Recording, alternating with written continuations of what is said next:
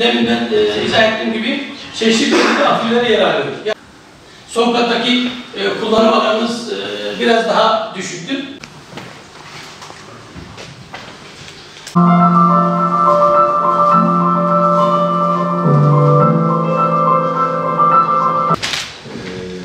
Son yıllarda özellikle şunu yapmaya çalışıyoruz. Yönelik çalışmalar yapıyoruz. Mekanlarımızı çeşitlendiriyoruz. Her kütüphane ayrı ayrı projeler yapıyoruz. Yöresel mimariyle de yapıyoruz, geleneksel mimariyle de yapıyoruz. En güzel binası bu da inşallah bittiği zaman Ağrı'da aynı etkiyi yapar diye düşünüyoruz. Ağrı'mız özellikle nüfusunun ciddi bir bölümünü gençlerin ve çocukların oluşturduğu bir şehir. Bizim 150.000 kadar sadece ilk orta öğretim öğrencimiz var. Bu rakamlar arkadaşlar konuşurlar, size bir şeyler anlatırlar. Yani yöneticiyseniz bu rakamlar sizden bir şeyler talep ederler. Size derler ki bir takım yatırımlar yapılması lazım, bir takım şeylerin ön plana çıkarılması lazım. İşte kurum ziyaretlerimizde kütüphanemizi de ziyaret ettik. Kütüphanemiz sağ olsunlar, var olsunlar yine geçmiş dönemdeki yöneticilerimizin ve siyasilerimizin ilimize kazandırdığı bir kültür merkezi binamızın içerisinde yer alıyor. Çok küçük de sayılmaz, 1500 metrekarelik bir alan ama bir kütüphane için kullanılmak adına çok uygun olup olmadığı tartışılabilecek bir alan. Yine biraz önce söylediğim, yani 550.000 nüfusun büyük bir oranının genç ve çocuklardan oluştuğu düşünüldüğünde, öğrenci sayısı düşünüldüğünde de belki fiziksel alan olarak da çok yeterli olmayan bir alan. Sonra orayı ziyaretimizde özellikle oradaki gençlerden işte sıkıntıları, dertleri, talepleri nedir diye sorduğumuzda hep bizim kütüphanemizin yetersiz olduğunu, daha fazla alana ihtiyaç olduğunu, çalışmak için geldiklerinde bazen sıra beklemek zorunda olduklarını bize söylediler. Sonra tabii çarşı pazar geziyoruz, sokak geziyoruz.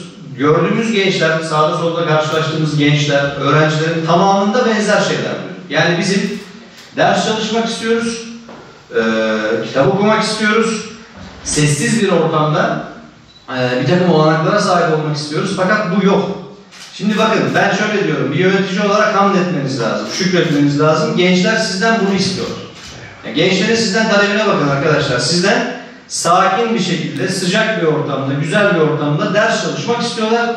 Bunun için mekan istiyorlar. Bakın benden alakasız şeyler istemiyorlar. Benden kültürümüzün dışında şeyler istemiyorlar. Benden sonu kötüye varacak şeyler istemiyorlar. İlin yöneticisi olarak benden istedikleri sakin, huzurlu bir biçimde vakit geçirebilecekleri, ders çalışabilecekleri, kitap okuyabilecekleri mekan.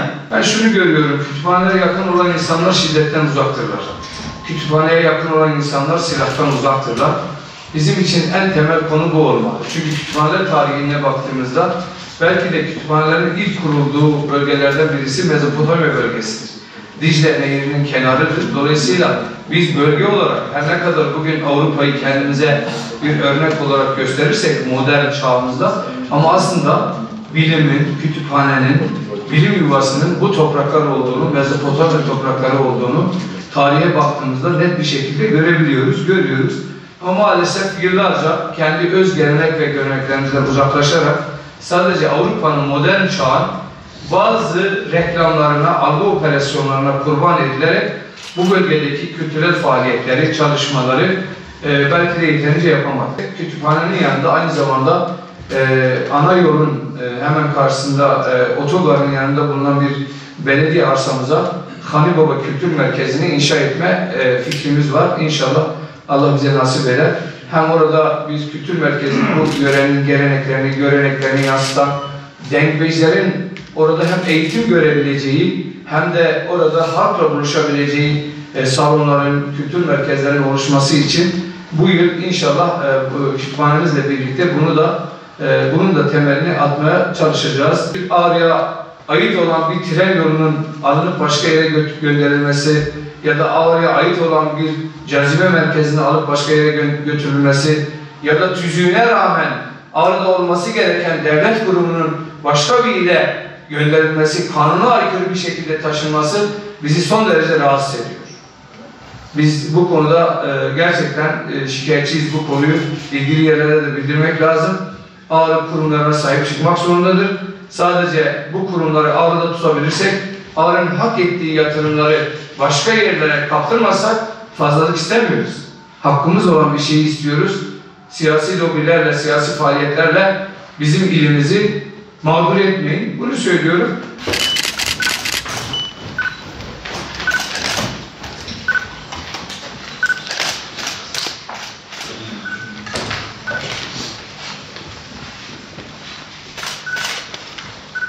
Eyvallah.